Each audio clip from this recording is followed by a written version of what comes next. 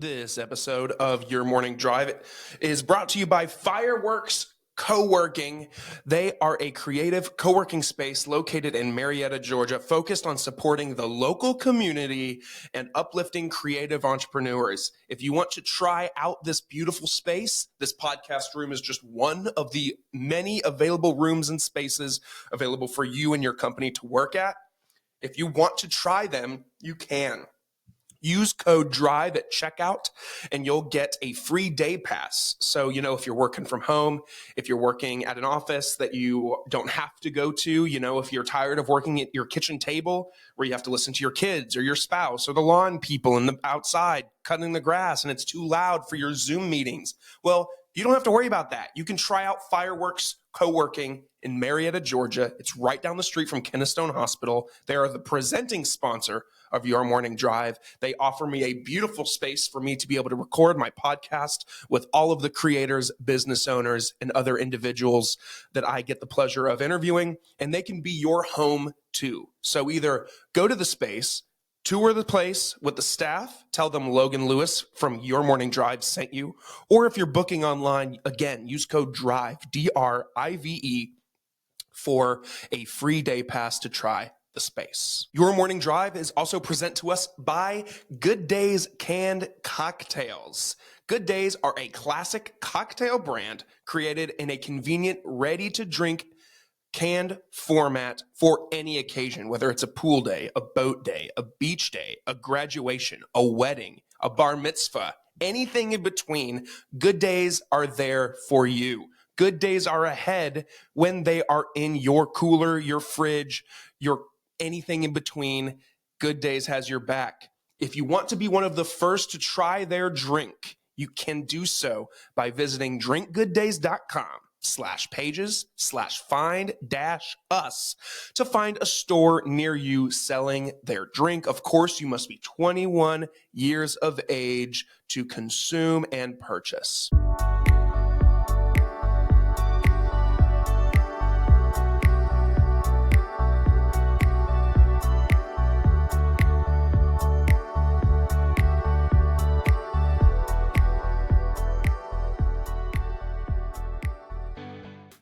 Good morning, everybody. Welcome back to another episode of Your Morning Drive. I am the host with the most, Logan Lewis. It is great to be back. We are in our favorite place in the world, Fireworks Co-working, the Fireworks Studio in Marietta, Georgia. If you enjoy what we do here, do me a favor and share it with just one friend who might need this podcast to start their day. You can send them a link on Apple or Spotify, or you can send them a link to watch in full on YouTube as well. Whatever platform you do send them, I ask that you tell them and yourself to subscribe on any of those platforms, leave a review on any of those platforms. Whichever one that you subscribe to, you'll, of course, be notified as soon as episodes come out on Fridays. So you'll just be able to, never miss an episode. So we appreciate that if you do that for us. Another thing I'd love for you to do is to follow along and stay connected on social media. Instagram, LinkedIn, Facebook, TikTok, all of the ones that we're, on all the time, a lot more than we should. But follow the show on there. You'll get clips, you'll get episode announcements, stuff to have to do with the sponsors, and all kinds of fun behind the scenes stuff. All of the things at the social medias. Everything is, of course, at Your Morning Drive. Thank you again for listening today. My guest today is a dynamic entrepreneur and a community leader with extensive experience in food service, marketing, real estate, and hospitality. She's the owner and president of Gaston Street Eats Co., where she oversees menu development, staff leadership, financial management, and marketing initiatives. Previously, she led Tom and Chi food truck and restaurant operations, increasing sales and fostering team development. She also founded Quickie Coupons, LLC, creating grassroots marketing strategies for restaurants, and has held roles in real estate and hospitality marketing as well. She's an active member of multiple business associations, and she has earned numerous awards, including Top 25 Small Businesses and Best Food Truck. Please welcome my new friend, Laura Ann Hart. Hi, Logan. Hi. How are you? I'm good. How are you? Great. Doesn't that whenever I'm reading these intros, it kind of like fires me up. Like I start getting hot. It makes me embarrassed. Really? Sounds like you're a little like me, Laura. Yeah, just a little bit when you start going through someone's history, when you're reading their, I've done this and you've done that, gets, wow, Yeah. I'm getting old. I'm getting a little old. But yeah, it's been a great journey. Yeah, I'd say so. It's all really cool. And I mean, you're so well known around the area. I mean, whenever I forget how I stumbled upon you, people are like, oh, you should talk to this person. You should talk to this person. Right. It's eventually, at this point, it's just gotten lost. And people are like, how'd you guys connect? And I'm like, I have no idea, but we're here now. Right. But either way, I was like, I know her food trucks. Like I have been a customer of yours. I have absolutely. You make good stuff. So how can I Appreciate it. How can I not? If ever I go to a brewery or a festival or an event or something, and I see one of those trucks, I'm like, we're gonna go to that one, right? Oh. Yeah, they're really good stuff. Big question to start it off, but Sure. maybe the biggest question of all, actually, who are you? That's a really good question. I'm trying to figure it out. Let me know when you figure it out, because I'm struggling to figure it out as well. Yeah, absolutely. I think that depending on the season that you are in life, depends on who you are. I think we have our basic core fundamentals that, with beliefs and character and servant leadership, just different things that were built inside of us. But how we use those change from season to season. Some seasons I'm more of a servant leader, and some seasons I'm stepping back and watching my team be the servant leaders. And I'm in awe. So I'm not quite sure who I am. I'm at that stage now that we've got 2 grandchildren, and I'm trying to figure out what kind of grandparent I want to be. I didn't grow up with grandparents. So I have this whole new persona I get to define. People are like, well, are you going to be a G-mom or this? I'm like, no, we're not going to be anything like that. I want to make sure they know that they're loved and that they always have someone outside of their parents that they can come to, and it doesn't matter for what. So trying to grow my business. So I'm a little different there. Sure. I'm at that tipping point in our business where the next move puts us over the top. I'm a little scared. Am I ready? Am I ready for that?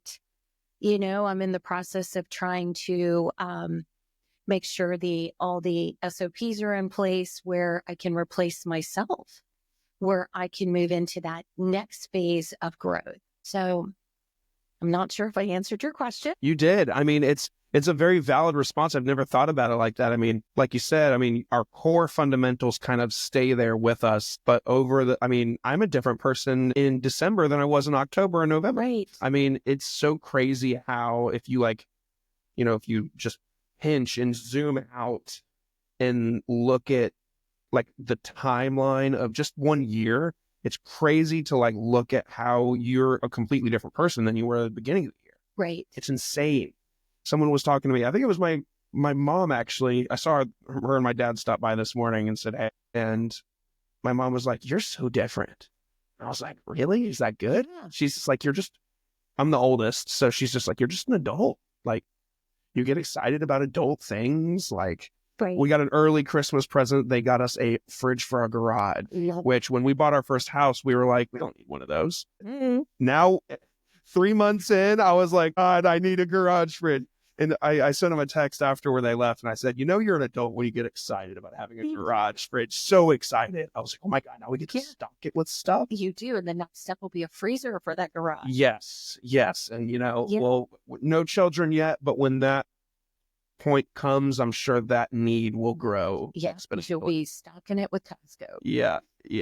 That's what my mom said. Now you get to go to Costco. And I was like, Costco at Christmas time sounds nightmarish. It is. Costco is nightmarish regardless. It's one of those places, like a few weeks ago we went and we were like, okay, we're going to try to go at this time because it's going to be slow at this time. It's never slow. It's like Chick-fil-A. They're busy at all times. There's never a slow point. That's true. And it's like, how do these people live? These poor employees. My sister now works for Chick-fil-A and I'm like, how do you survive? She's like, it's a lot.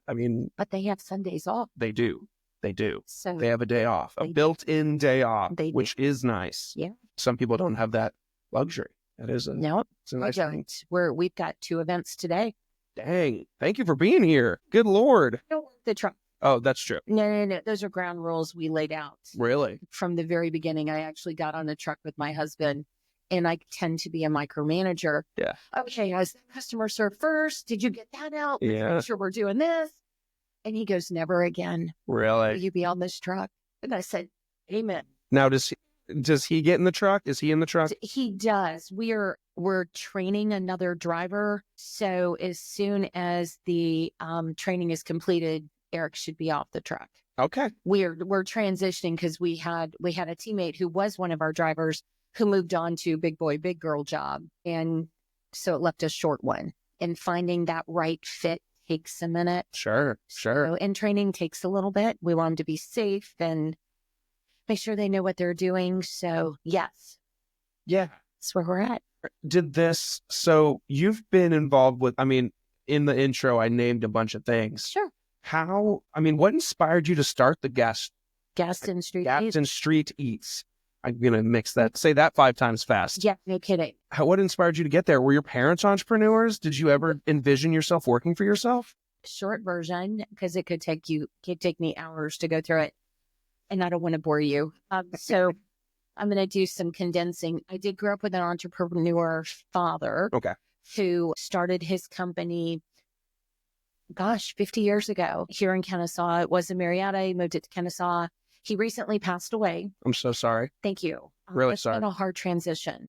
Is your mom still with us? No, she passed away in April. God, I'm so sorry again. One of those years. Jesus Christ. All right, I'm sorry. No, it's okay. Thank you. So I knew I would never be able to work for someone from an early age. Really?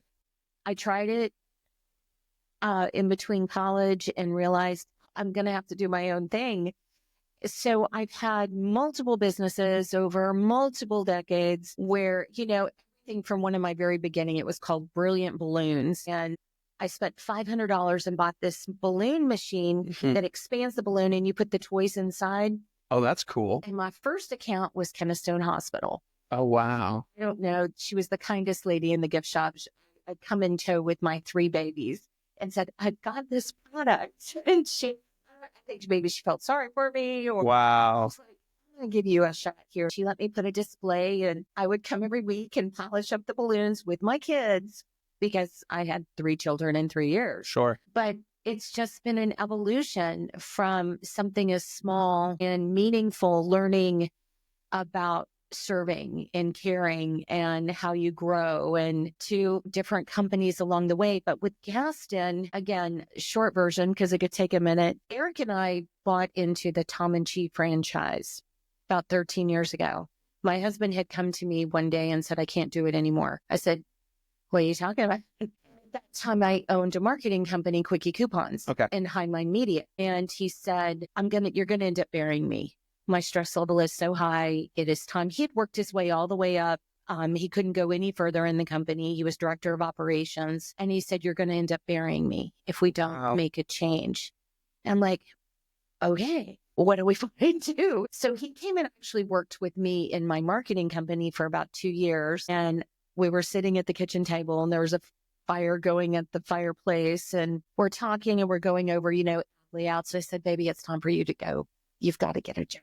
I love you being with, but it's time. You've had your 2 years. You're fired. It's time. You got to do it. We loved Shark Tank. Yeah. Oh, yeah. Watched Shark Tank and saw. Love Shark Tank. And I remember that specific episode as well. So the next thing I know, I sent in an inquiry and our application, and they said, you're approved. And next thing I know, found our real estate and we started building a store, which we built most of it from scratch because we had a minuscule budget that we could work with, and we launched it.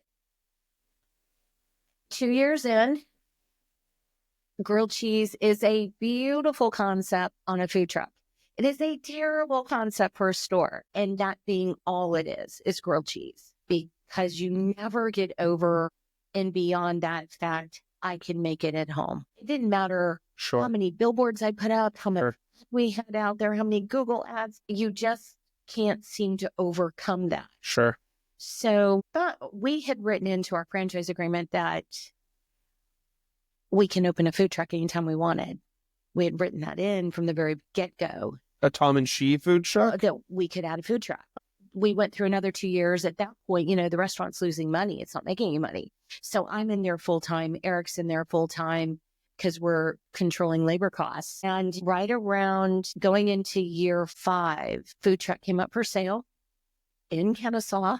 And I got to tell you, how God's got a way of working it for you. Tell me about it. And hauled them. We could afford it. It was the price we could afford. And then we're signing we're writing the insurance policy in the parking lot of Home Depot where we could drive this truck home.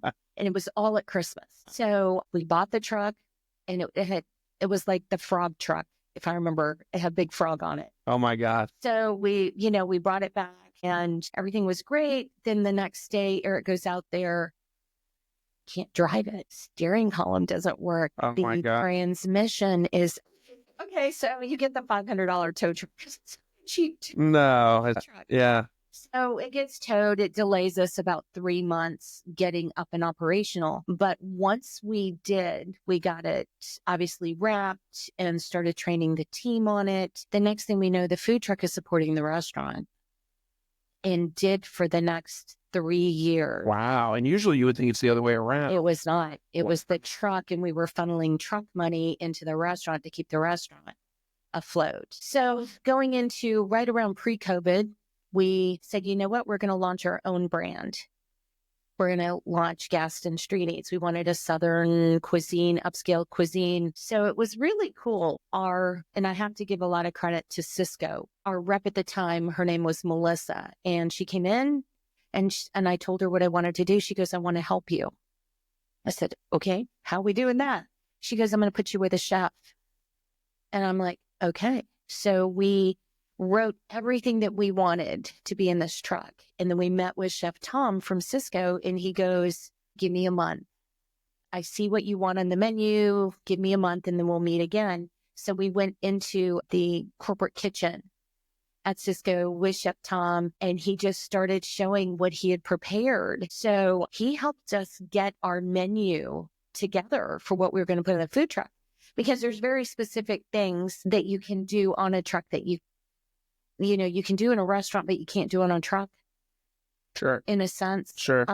Just because of kitchen technology and space, or both, or it's really, and I'm gonna say a phrase, but I'm warning you now, it is my phrase. Okay, hit me. You have to fork it, spork it, or eat it with your hands. Can you eat it with your hands? Okay, I like that. When it comes out of a food truck. You should trademark that. Well, there you go.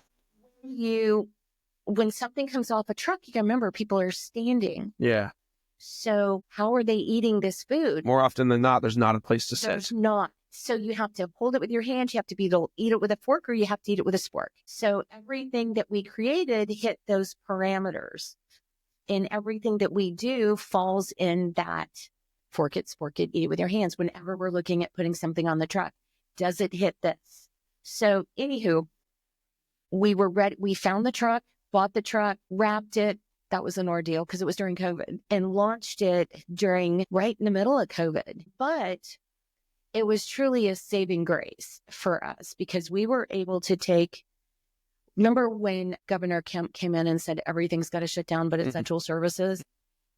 Well, we were able to stay open, but we had no dining room. So right. Sales literally from just plummeted here to nothing. Had graduations on the books. We had weddings on the books. And people are calling and going, what are we going to do? We need to cancel. So that first week, we gave every bit of that money back, all those deposits. It's the right thing to do. It's what you do. Give it all back. And we're like, okay, what are we going to do? So, and so at this point, sorry, just to make sure I'm on the right timeline with you. It was 2020. And the Tom and She is done at this point. No, Tom and She is still there. Still running. We had the Tom and She truck, and then we now had Gaston. Okay. So there was nothing in your agreement with Tom and She that said You couldn't open your own brand. No. Okay, cool. No. All right, I was understand. able to do what I needed to do. All right, I'm with you. So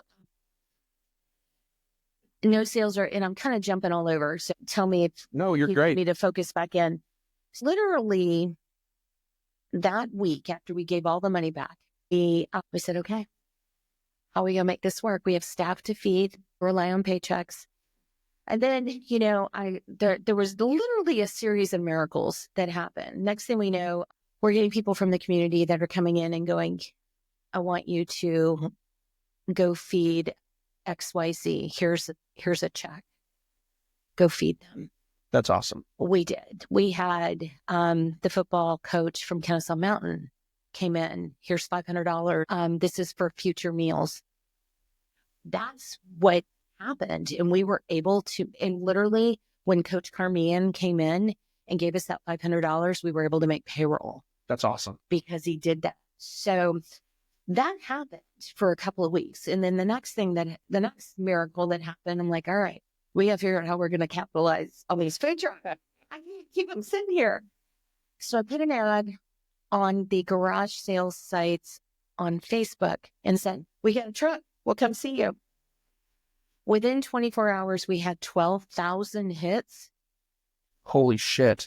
And it took me a week to go through all the emails of communities that wanted us to bring our truck. So we set up this process. We had the Gaston phone, we had the Tom and Chi phone, and we would take orders for this specific time for lunch. And then we would take orders for this specific time for dinner. And then the trucks would disperse. And you got to remember, all my college kids that worked for me, they're not in school. Right. Yeah. Because the colleges are closed. Right. Everything is gone. They're figuring out online. Yeah. So for the next 90 days, we serviced 120 neighborhoods.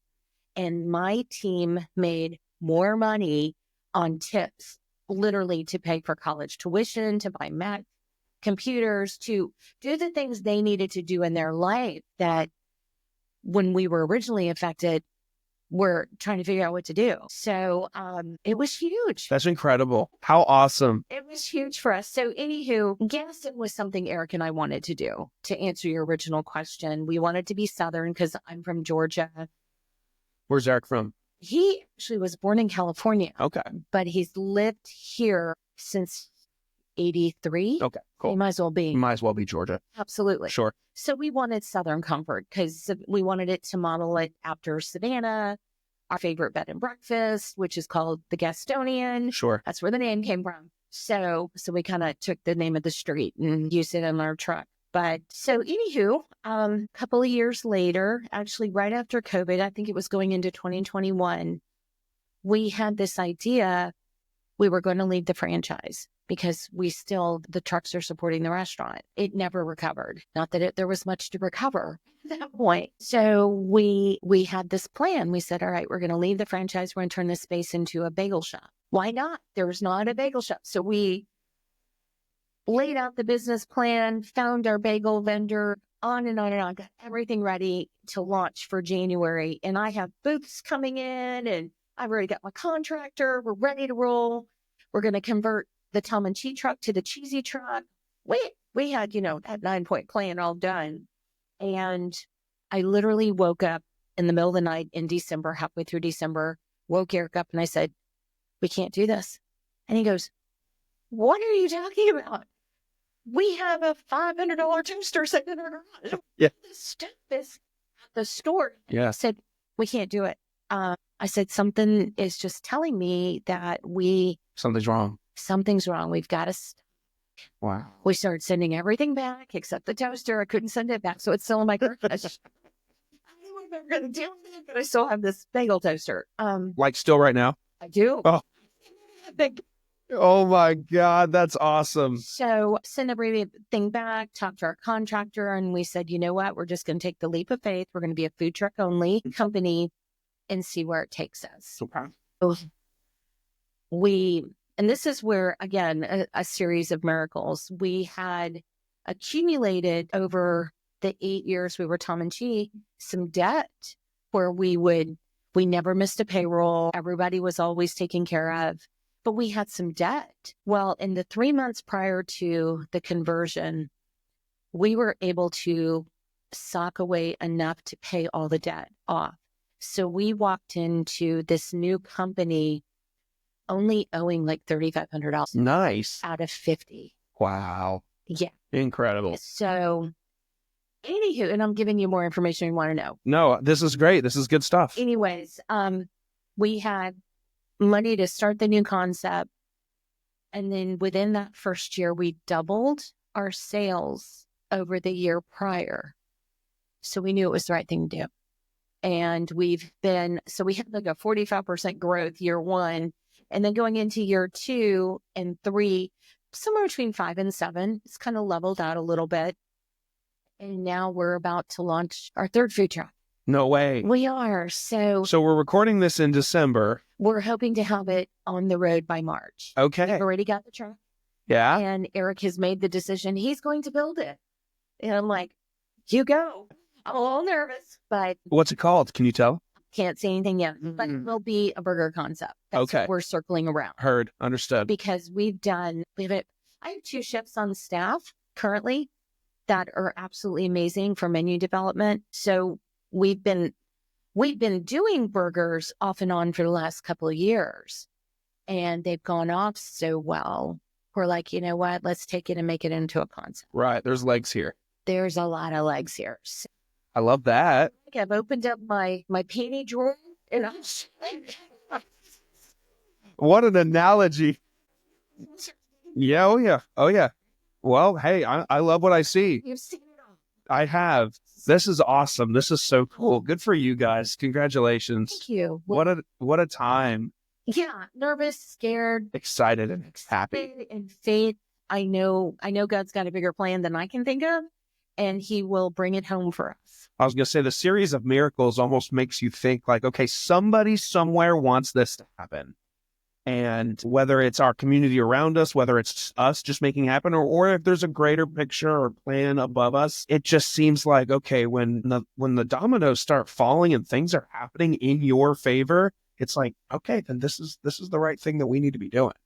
And it's validation for you too, because like at any of those points, those moments of miracles, they could have not happened. And then that would have been, okay, well, maybe we don't do the food truck, or maybe we don't take on our own brand, or maybe we don't open a 3rd truck, but the things just keep happening. You're like, well, if I'm being led on, I'm going to keep following the path. I'd be stupid not to. Yes.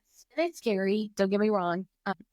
There is some fear, but everything has had this way of coming full circle. So it's making me step up my game, and Eric and my staff. And yeah, that's incredible. I'm hopeful. I'm very hopeful for 2025.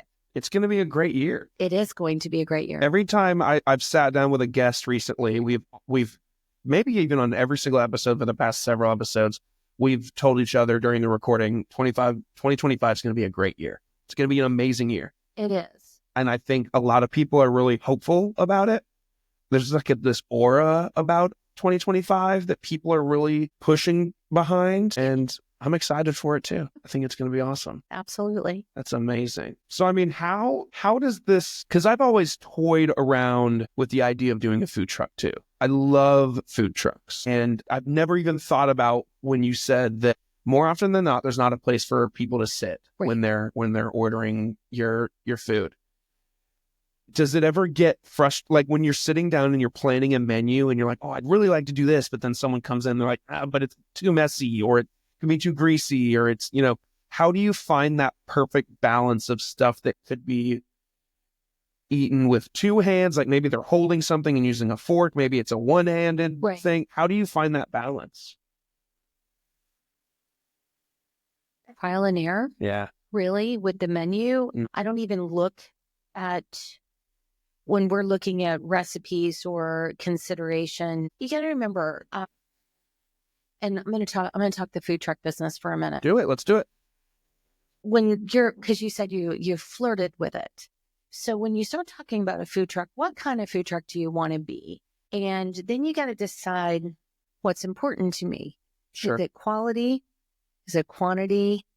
Is it service? Is it, oh my gosh, that's the best bite ever? Mm-hmm. You have to decide what it is. Because it's not going to be all of those. No. And for us, us, and this is where I've got to say my business partner, who's also my husband, he spent 25 years in operations. He's brilliant, beyond scope, brilliant when it comes to the operation of a food truck or anything else for that matter. Because we're able to, like with the cheesy truck, we can serve 110 an hour on specific menus. That's a lot of food going out the window. Yeah. And for high volume events, we can serve a little more, but it's the operation of how the truck is laid out and how your team is trained, because we have a very specific quality we want when the food goes out that window. It needs to look this way, taste this way. We want you to have a, oh my gosh, that was a fabulous sandwich, even if it's a grilled cheese, right? So when I'm going to circle it back, let me take Gaston. Gaston can do about 80 an hour. And the reason is everything on Gaston, 95% of the menu is house made, like our grit cakes. We make those in-house in our, 2,000 square foot kitchen. We make those and then we bread and fry them on the truck. But the meats are roasted. Everything we do is from scratch, pretty much. There's some things that are not from scratch, but most of it is. But because of how intensive that menu is, it takes a little longer to get out the door. Sure. So speed of service is a little less. So where am I headed with this? I don't know, but depends on what you want to serve. For us, it had to be a quality product with the best customer service in a timely manner. The last thing I want you to do is to hire me to come out and feed your team, right? And like last night, we had a private event, 150 people we were feeding. They were eating off Gaston. You get 2 hours, right? That's part of our package. You get 2 hours on service. Sure. From the moment we open the window and start serving you. It doesn't include pre-time or closing time. You get us 2 full window hours. Yeah. Then we're driving off. And then we're closing down, but if you need us to stay, we can stay. Sure. And then you can purchase more time. Sure. I don't want your guest, your employee, your friend standing in line for an hour because you've missed out on the opportunity to fellowship and enjoy the company of your coworkers, of your party guests. Sure. Because you're standing in line. Sure. So I like that mindset a lot. Yeah. So my job is to get you in the window, get your order in, served in a couple of minutes, and then back to your friends or your coworkers or wherever you're at to enjoy its experience. I want you to have that first class experience from the moment you placed your order to the moment you get it. And it doesn't need to be an hour-long wait. So going back to what you were talking about, the menu also circles around speed of service. I was going to say time. It does. It all goes around time. So for us, it's quality, it's time, it's first-class service. Those are the 3 very important because the quality of the food has to be number 1. I don't ever want you to come back and go, oh my gosh, that was terrible. And you don't. I mean, I got an email. We did a wedding last night also. I mean, most of what we do is you're going to call me and go, I need you to come feed my team, or I've got a wedding, or I'm doing a reunion. That is probably 85% of our business. Really? Yes. The other 15% is that high volume festival or a school that needs us to come out. But yeah, most of ours is private catering. Really? Okay. Yes. I would not have known that. I would have thought that, if Owl or whatever it's called, Horned Owl wants to pay you for 3 hours to sit out front. Yeah, with Horned Owl, the breweries don't pay you to be there. No.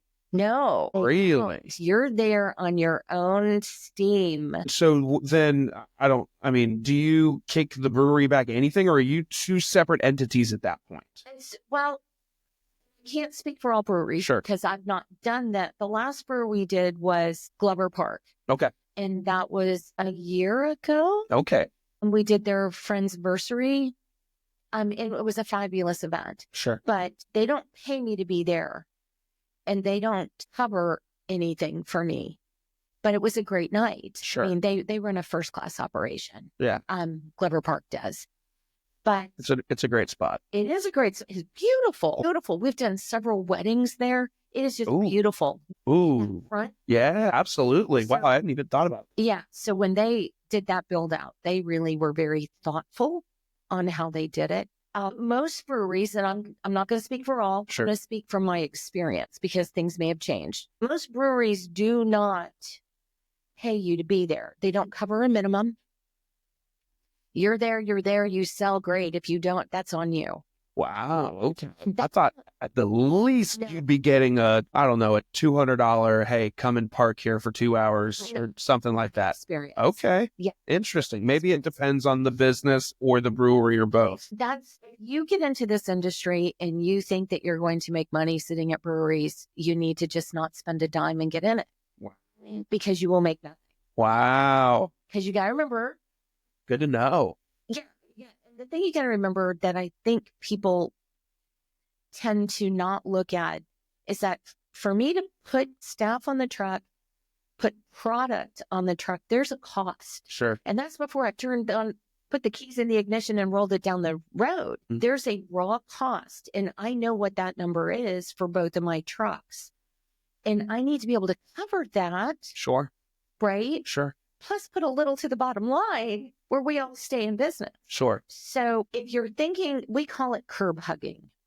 And it's just a slang I throw around. If you want to be a truck that sits on a curb and waits for the customer to come to you, it's not a problem. But chances of you hitting your financial goals are going to be a whole lot less. Yeah. I did not want to operate my business that way. I wanted us to know what we were doing before we walked out the door, which again goes back to the first story I told you about my husband saying, never again will you be on a food truck. It's me being a control freak, but I wanted us to be full service. I love that industry. I love that part of taking care of.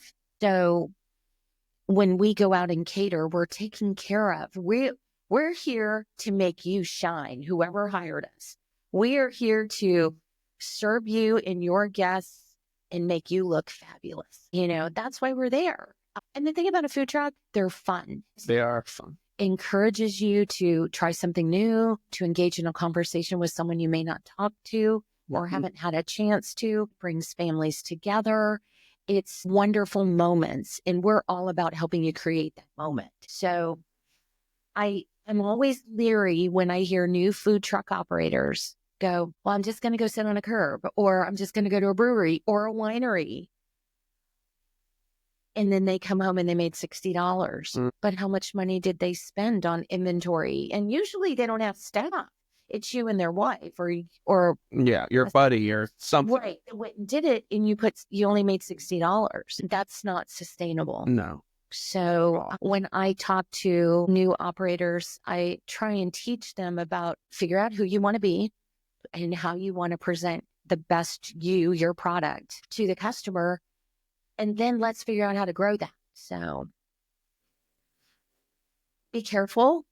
I tell people, be careful before you go and sink all that money into, because it's not cheap. I know there's an impression out there. It's an easy entry into the food service. It is, as far as cost wise, you could spend, a little under $100K and do your food truck. But how are you going to build your business? Yeah. If you're operating at a loss or breaking even every week, you're not going anywhere. You're not. Eventually, it'll just die out. Yeah. Eventually. Even if you break even every week, there's going to be a week that you go under. And then from there, it's just maybe it might be slow, but it's a very steady and slow decline. And then you have to close your doors or turn the car off. So I get calls. Hey, have you been doing it? Why are you, too successful? Yeah. Yeah. And I say that with the grace of God that we have been successful. Sure. All those miracles you just said, that is the grace of God. Absolutely. And it still is. The people that come in that we have major accounts that we take care of them, and I think it goes a step further. We have a leadership development program with our staff that I teach, and my husband, he teaches it as well, where, remember the age group of the people that come into our world, they're usually between 18 and 30. In college, occasionally I get one or two that want to be in the industry and learn. I've got 3 right now that love this industry, eventually want to do their own truck or what have you. Sure. And then I have those I really don't know who I am and I don't know what I want to do. So we're a safe place to land because we're going to teach you, we're going to help you find what it is you're after. And our goal is with our staff, because we are in such a unique position, is to help them figure out where they want to go when all of this is done. But in the meantime, we want to train you. We want to teach you that it's okay to fail. And then we want to help you pick yourself back up and try it again. And I compare our business with our leadership style like a bowling alley with bumper guards.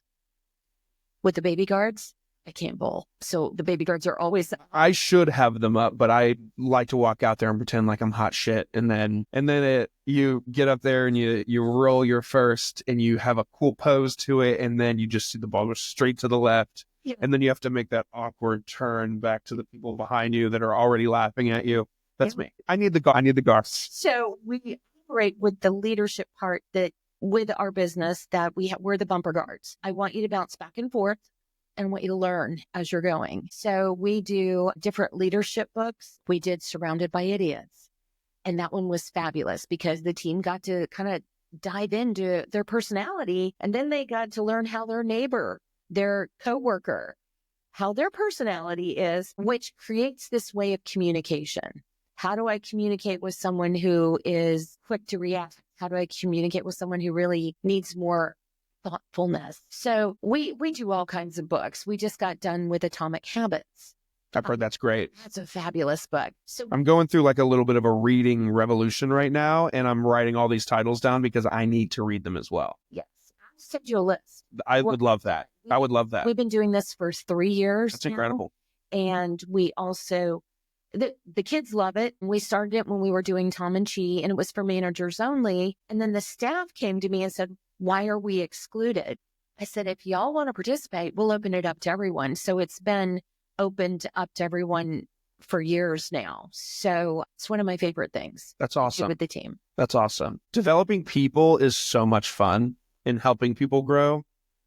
People have been so gracious to me in helping me grow. Right. And there's still, of course, so much room to grow, but being able to give, maybe this is another sign that you're an adult, but giving a younger person advice on how to do something, and then you see them do it and they succeed at it. Right. You're just, it's so cool to see. It's so cool to see. Like if one of your people go off and they open a truck and they're super successful like you guys, you got to like, just be like a proud parent almost. Just like, I mean, it's an emotional thing of like, look at them go. We have, she's actually leaving. She's been with me 10 years. Wow. 4 years, 3 years ago, we started mentoring her. She wanted to open a bakery. She's a cake maker. No. She absolutely, Southern Gal Desserts is the company, and Ashley Taylor's the owner. And she has just, wow, blossomed. And I watch her on social, and like I said, she still works with me, and she is leaving to grow it bigger. Good for her. Venture and see where her season takes her. Love that for her. I do too. But being able to work with Ashley has been a gift, because she literally would meet with me every week and did this for 2 years to learn about business and staffing and cost of goods and develop her recipes, and she has just killed it. That's great. It is. When you said proud parent, I feel like she's my kid. I'm so proud of all that she has accomplished, and she's just an amazing young woman. That's amazing. She's going to do really incredible things. Shout out Ashley. That's awesome. I hope she hears this. Is there any piece of you that wishes at all at this point to get back into a shop? Or do you think like to open up a restaurant? Or do you think trucks are your future for the foreseeable future? That's a great question, because every time I mention it to Eric, I think he's going to hurl. Yeah. He goes, I never want to go back there. Yeah. But I'm like, we could do this, or I'm visionary. Sure. And he's that operation. I'm like, but we could do this or that. You're like me, and people call Catherine, my wife, the voice of reason.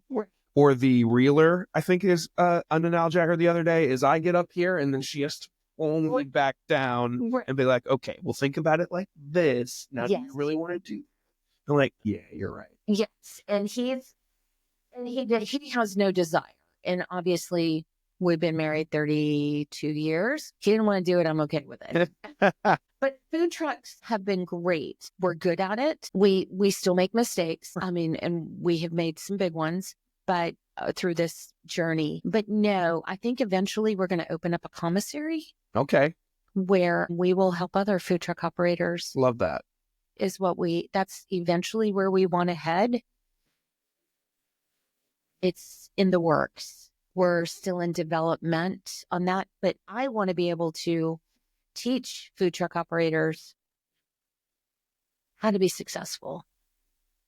That's really where I want to do. I want to do that. I mean, it's great. We're going to expand and open up trucks, and we want to do a commissary. But I want to make sure that when we do that commissary, we have a leadership development program involved where we can help them, guide them, be a sounding board. That's what I'm hoping. I think I can see that. I mean, with you guys having this passion and having this leadership program, I mean, you're already helping these people find who they want to be and how they do it and the execution of it. Right. So if you guys go into a business of helping other food truck operators figure out their stuff, I mean, you're already, I can see that. Yeah. I mean, I think it's a natural fit. Yes. And I think it's just like another step on that path that you're taking. So we'll see. We'll see what 2025 and 26 hold. Yeah. It'll take a little bit. Yeah, sure. No to the restaurant. No to the restaurant. Still no to the restaurant. There are too many people out there. I have a friend, Mike Schroeder, who is 1885. Okay. Yeah. He does it beautifully. They have beautiful spaces, both Kennesaw now and Ackworth. Yes. He's an amazing restaurateur, and I could never do what he does. Is he the owner of 1885? He is one of the partners. One of the partners. Yes. Okay. So one of the owners. He's got it hands down. I couldn't do that. I know my lane. Sure. That's it. Sure. I know my lane, and I'm going to stay in my lane. Sure. Well, unintended with driving a truck. Yes, sir. Wow. I love that. That's really cool. Yeah. I think that's real important. And I think that's also part of the trial and error thing is like me with being like at my phase in life, it's like, oh, I want to try this and I want to try that. I want to do this. I want to do that. But it's like, okay, well, let me go try those things and figure out the lane that I need to be in. And when you win, random thought, but when you win those awards, like I mentioned in the like top food truck, or do you view that as just validation of like, okay, we the work we are doing is good, you know, because people will review you all day and long and say, oh, this is amazing, you know, and people will post on social media that they love you guys and stuff. But then when you win an award from, you know, whoever dishes out those Best of Georgia awards and stuff, do you take that and think like, oh my God, yes? Or is it just like, okay, this is more encouragement that we're on the right path?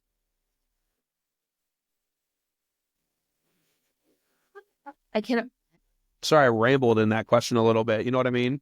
How I want to answer that. I think it is validation, but I think there's a little embarrassment involved. Sure. Humility. How do I put it? I'm very competitive to begin with. And this is just, and I'm going to say this is definitely a big flaw in my character.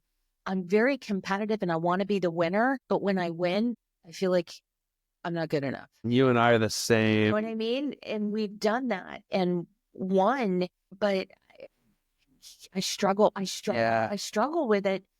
But the other side of it, it's important for us to win. Sure. And to be involved in those things, to let people know what we do and that we take customer service and quality and performance seriously. So yeah, it's kind of double-edged for me. I think the same way as you, my friend. I think I was telling you before I walked up or when we were walking in I was talking about it with someone on the phone the other day, but either way, I don't take compliments well. Right. It's like when I sit down in here and I get to talk to someone really cool like you or, you know, out and about, I sit here and I think the whole time, I'm like, I love doing this. I love doing this. This is so cool. And I'm so proud of my brand. But then at the first point that someone gets on social media and will say like, oh my God, this was such a cool experience. I loved this so much. You guys should go check it out.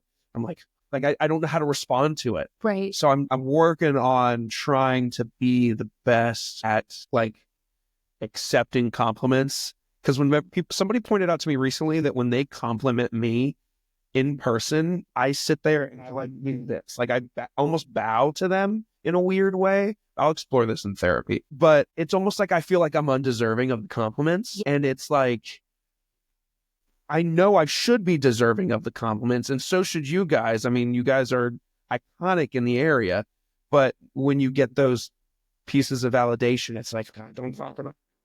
Right. It's like I want the attention, but I don't. It's a weird thing to try to balance, right? It's so tough.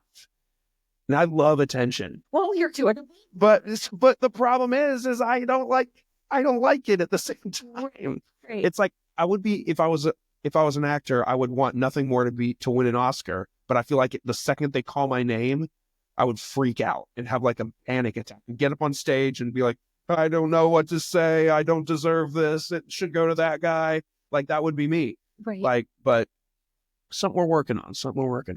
It's hard though. Yeah, we're all a work in progress. Yeah, for sure. For sure. It is. Hey guys, I want to talk to you a little bit about the company that makes your morning drive happen every week. Are you looking to elevate your business and your brand? Hammerhead Creations is here to help.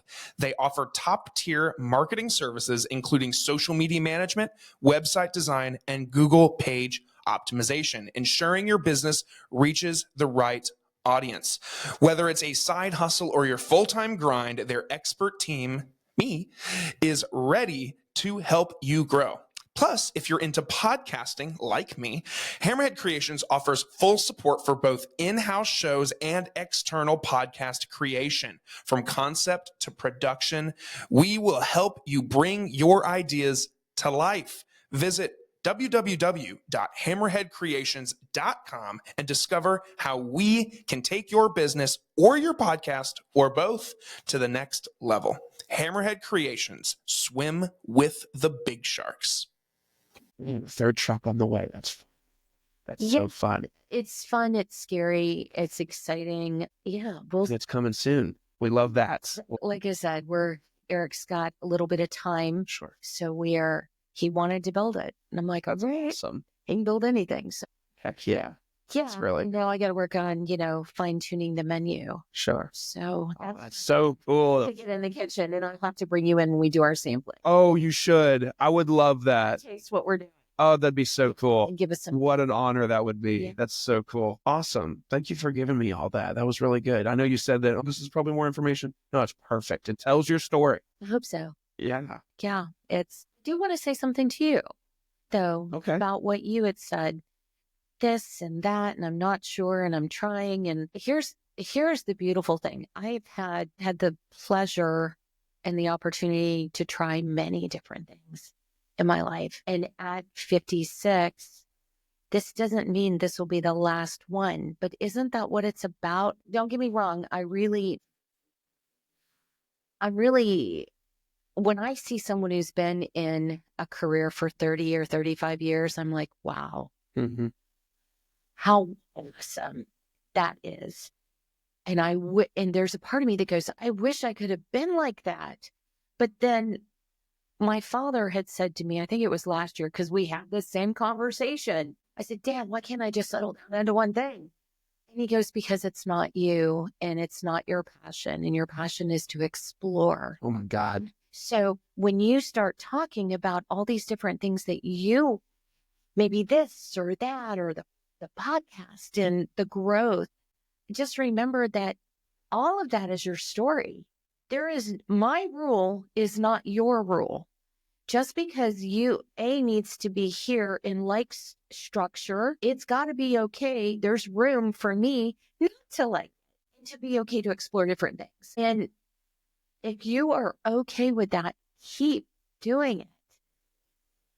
I mean, you can love something today and then 5 years, try something different. But what I have noticed is that every little step where when I started, I worked for my father in marketing, and then he had left, and then had children, went back to school and got my degree, and then started, the balloon business and a topiary business and multiple different stuff. I'm trying it out.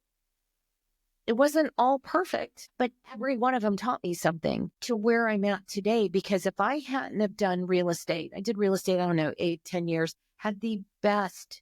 Pam and Gary Rogers were my brokers with Remax, had the best teachers. Then I got into the business associations, Marlin Longacre with Piedmont Church, teaching you about servant leadership and how to serve the community. All those pieces together brought me to where I'm at today, where I can serve my team. I can serve my community.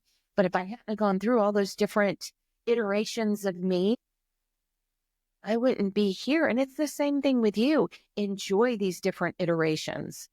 Explore them, see where it takes you, and remember all the lessons you're learning along the way. You'll be where you're going to be regardless. So I find it's okay to not be inside that box. It's all right for us to have a different path. I just don't want you to be discouraged. Well, thank you for saying that. I sit around and I've gotten to, as you can imagine, maybe I've talked to so many people from so many different sides of life and so many different career paths. And sometimes when they're sitting there talking to me, I'm like, I want to try.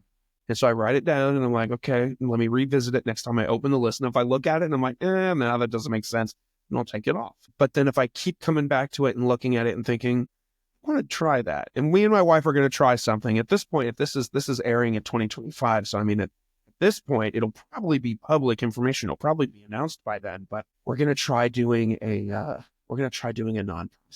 I love that. What's it about? So my wife's a teacher, Okay. and she is very passionate about literacy, and she works at Kennesaw Elementary, and she sees a lot of kids, have that their family struggles with affording books. Right. And, at the very minimum, I mean, some of these kids, the only books they're reading are the ones in my wife's classroom. Like, they don't have books at home because their parents can't afford to buy a book for them. So we want to put books in the hands of as many people as possible, as many kids as possible. And I'm sure there's all kinds of different nonprofits out there similar, but I mean, with her being an educator and with me doing this, I've done so many podcast episodes with people who run their own nonprofits, and I sit there and I just feel like I want to give back.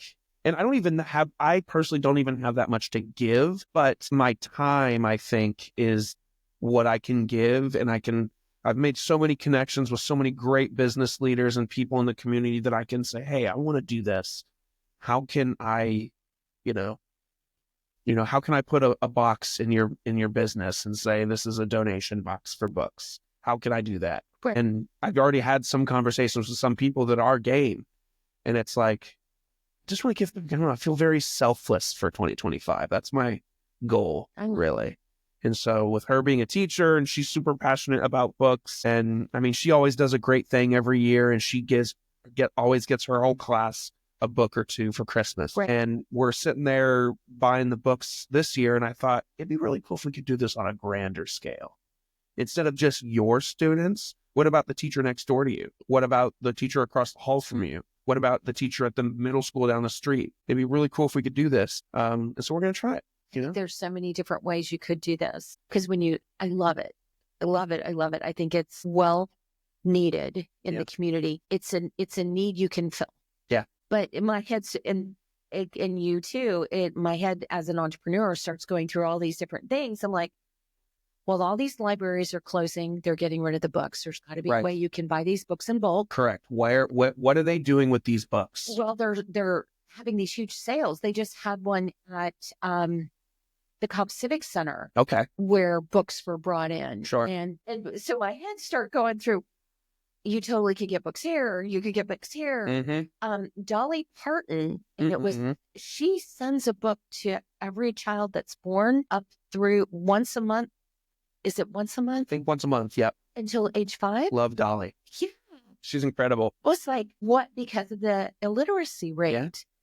It's sad. What a cool idea. I love that for y'all. Thank you. That's nice. Yeah. Yeah. We're just trying to figure everything. I mean, we've got the name and we've got the logo established. I bought the domain the other day, and we're going to get it registered and we're going to try to do it. If it crashes and burns and we don't get anywhere, if we could get at least one kid a book or one classroom a book at some point in the next year, in the next 6 months, that'd be a win in and of itself for me. That'd be good enough for me. Scholastic Books. Yes. Their warehouse is here. I did not know that. Someone told me that the other It day. is. I believe it's still in the Cobb International Business Park, but Did not know this. you could find out what they do with the books that don't sell, because I'm imagining they've either bought them in our warehouse because they've got warehouses filled. Sure. What do they do with the old stock? Right. Is there a way to pick that up? All great things. So many different ways that you can just take this to the next level. Yep. I love that. I'd love to. And I'm trying to figure out ways to entice people to want to work with Your Morning Drive and say, well, you know, if you work with Your Morning Drive, a portion of that will automatically go to help Pathway to Pages, which is what it's going to be called. Great name. Pathway to Pages. Somehow not taken by anybody. I was like, when I looked at GoDaddy and saw that the domain was available, I was like, oh, hell yeah. Yeah. Miracle number one. For real. The fact that it wasn't taken, and same thing with Your Morning Drive, nothing with that name, nothing with that domain. I was like, oh, that's a sign, I'm doing it. But yeah, we're going to give it a shot. And if it crashes and burns, that's okay, because we tried it. But if you help one child, it was a win. Oh, absolutely. Yeah. Absolutely. If one kid could get a book for Christmas, if their parents couldn't give them a gift, but we were able to give them a gift, that's incredible. I'd love to do that. I could cry thinking about it. Very emotional. But yeah, I just feel called to do that this year. So we're going to try it. You could even start, I'm going to throw a bunch of ideas out, and you just, pick up what you like and what you don't like. You could use social with the garage sale sites and put it on there that you are collecting books, children's books for XYZ, and pick different drop points in different communities.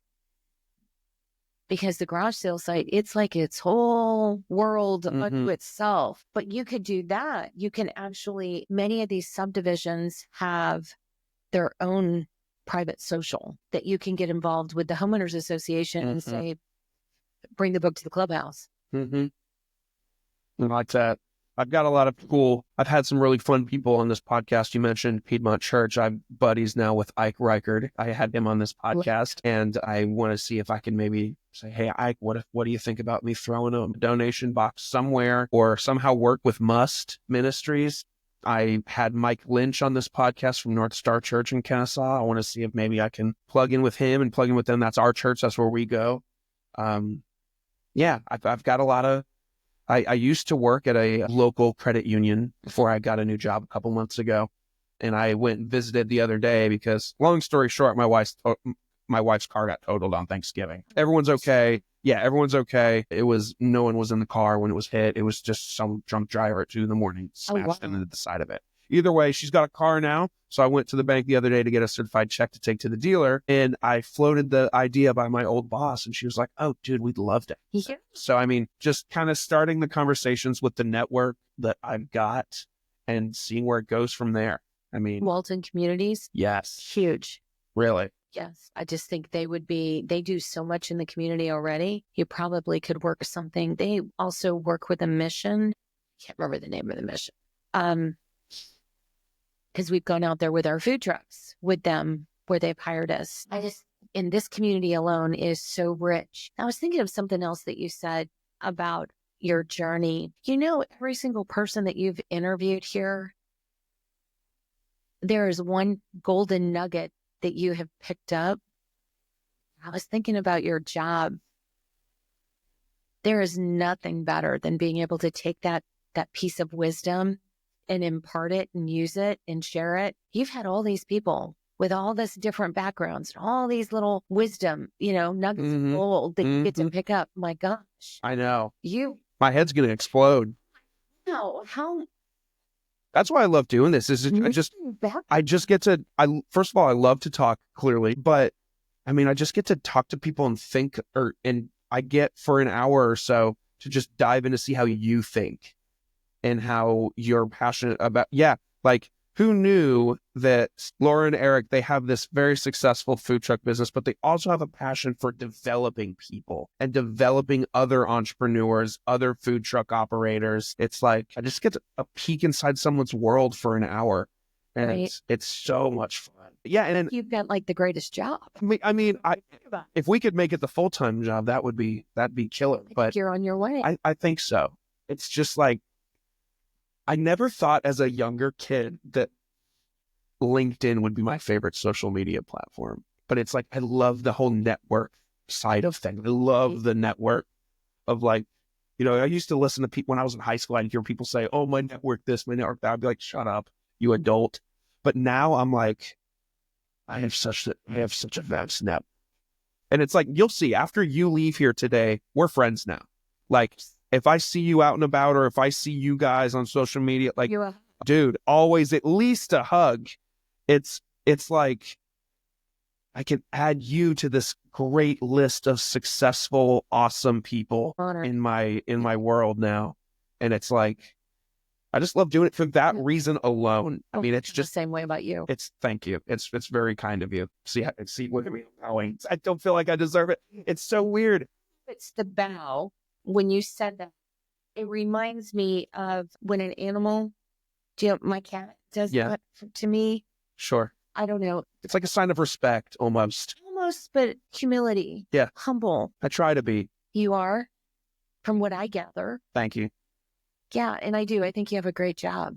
And it's not really a job. It's an experience. It is. That's why when people come and I give you all the mic or the mug afterwards, and I just want this to be an experience. This doesn't need to be another one of your press interviews. This doesn't need to be another piece of press. This needs to be an experience. I'm talking about my panty drawer. It's definitely not one of.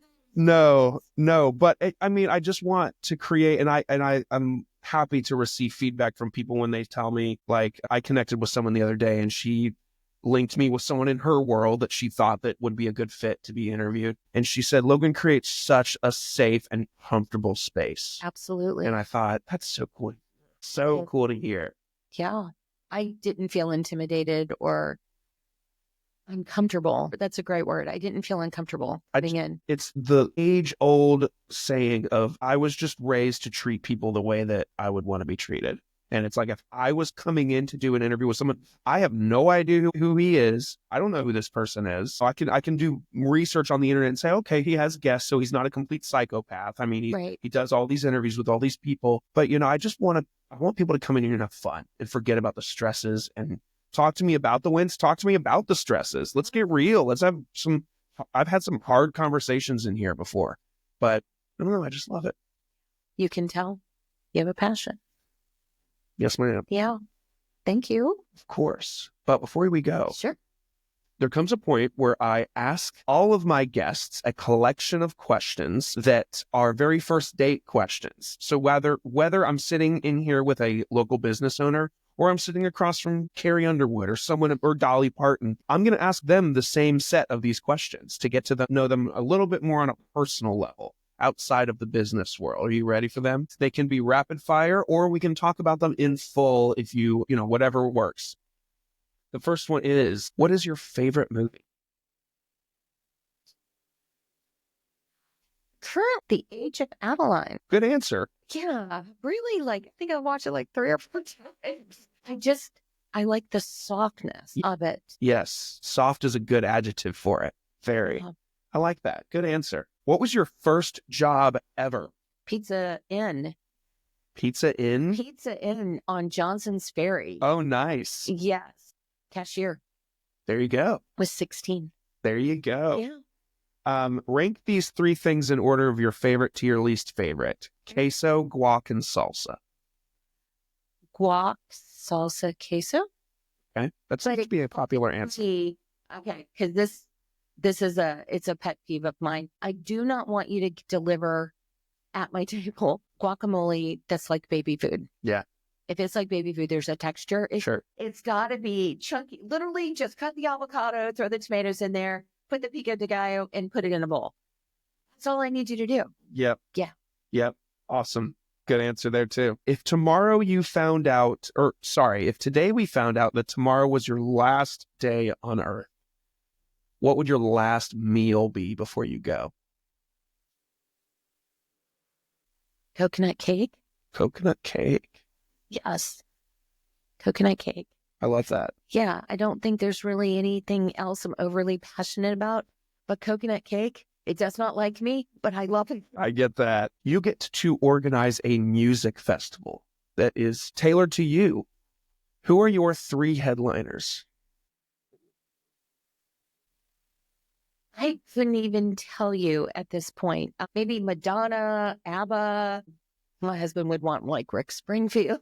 He's listening to this going, ABBA? I mean, I really don't know. And it's going to sound strange because lately I've been listening when I'm mostly to jazz. Really? Yeah. That My father-in-law listens to jazz and to orchestra kind of music. Something about it that helps keep you focused and my brain engaged where I'm not over singing the lyrics. Yeah. Do you know what I mean? Because when I put on the party playlist. Of course. You're at a stoplight, you're jamming, but then you look over and someone's just like staring at you. Your favorite song comes in at the grocery store and and you're sashaying down the aisle. Anyways, yeah. Yes, I do that occasionally. Man, on a day that you don't have any work, which I'm sure is few and far between, how do you take care of yourself? What's self-care look like for you? What does self-care look like for me? Usually it's going to sound terrible because I'm working it with one of the atomic habits about habit stacking. If I'm going to walk on my treadmill, it's my 45 minutes. I get to scroll Instagram. There you go. And look at all the fashion. Self-care, sitting in front of the fireplace, drinking a cup of hot cocoa. Usually it's the fun back into that work balance is the treadmill and the Instagram fashion. There you go. Yeah. There you go. What is something that very little people know about you? I used to be a scuba diver. Really? I did. That's really cool. Before I got married, I was working to be a master diver. I think that's what it's called. That's neat. One from it. And after I got married, I got pregnant. You can't dive when you're pregnant. No, so that put it into that. Did put it into that. I never went back to it. I finished my master's degree during COVID. Congratulations. I did. And I would love to go to law school strictly for the education part because I love to learn. I don't think I would love to stomp up and down and bang on tables and all that fun stuff. But I think more for the education part because I think when you stop learning, you stop growing. I agree. But I haven't found a law school that I'm willing to put the money into. Do you know what I mean? Understood. Because I need to build a food truck. Sure. Yep. Balance is right. What's your biggest fear?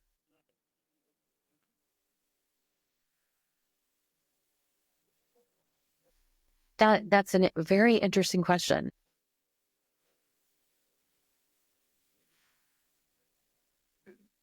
I'm gonna get a little personal here. When my father passed away, it was sudden, and my mother, we knew she was dying. She was on dialysis. She was in hospice. But when my father, he had gone in for gallbladder surgery, and everything was great. We went and saw him, yada yada yada, and he. The next day he had a heart attack and died. Wasn't totally 82, totally unexpected. But it was the way he left things. And I don't think it was purposely done that way. I mean, outside of will and all that other stuff. And I'm gonna foreshadow back when Eric and I went to Ireland.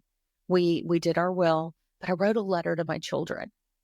Each one, letting them know what they meant, how proud I was of them, and my hopes for them for the future, that they would, grand lives and this and that, and very personal for each one. Sure. So after my father passing, there were a lot of questions. He was the one person when I would win an award, I would go and share it with him. When I needed, he was my mentor. Business advice, wasn't sure. I would just pop in because his office was right there on my way to work. I'd just pop into his business and we would sit down and we would just start talking. We would have these vibrant, exciting conversations. And now he's gone, right? But there was nothing left to tell me how he felt. And so for my family, and it's something Eric and I are working on, even if I have to continuously update it, I want to make sure I have a letter that tells those people in my life how I felt about them outside of, all the things that come with will and probate and all those things, but just something that says it. And I think I wish my dad had done that because it left a lot of questions. Unanswered questions. Yeah. And I think that would be best, kindest, loving thing I could do for those that are left behind. That's a good answer. No, that's a great answer. I mean, that makes a ton of sense. I like that a lot. Yeah, just something you learn Yeah. as you go.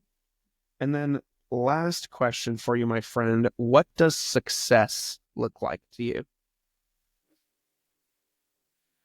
Here's another strange one.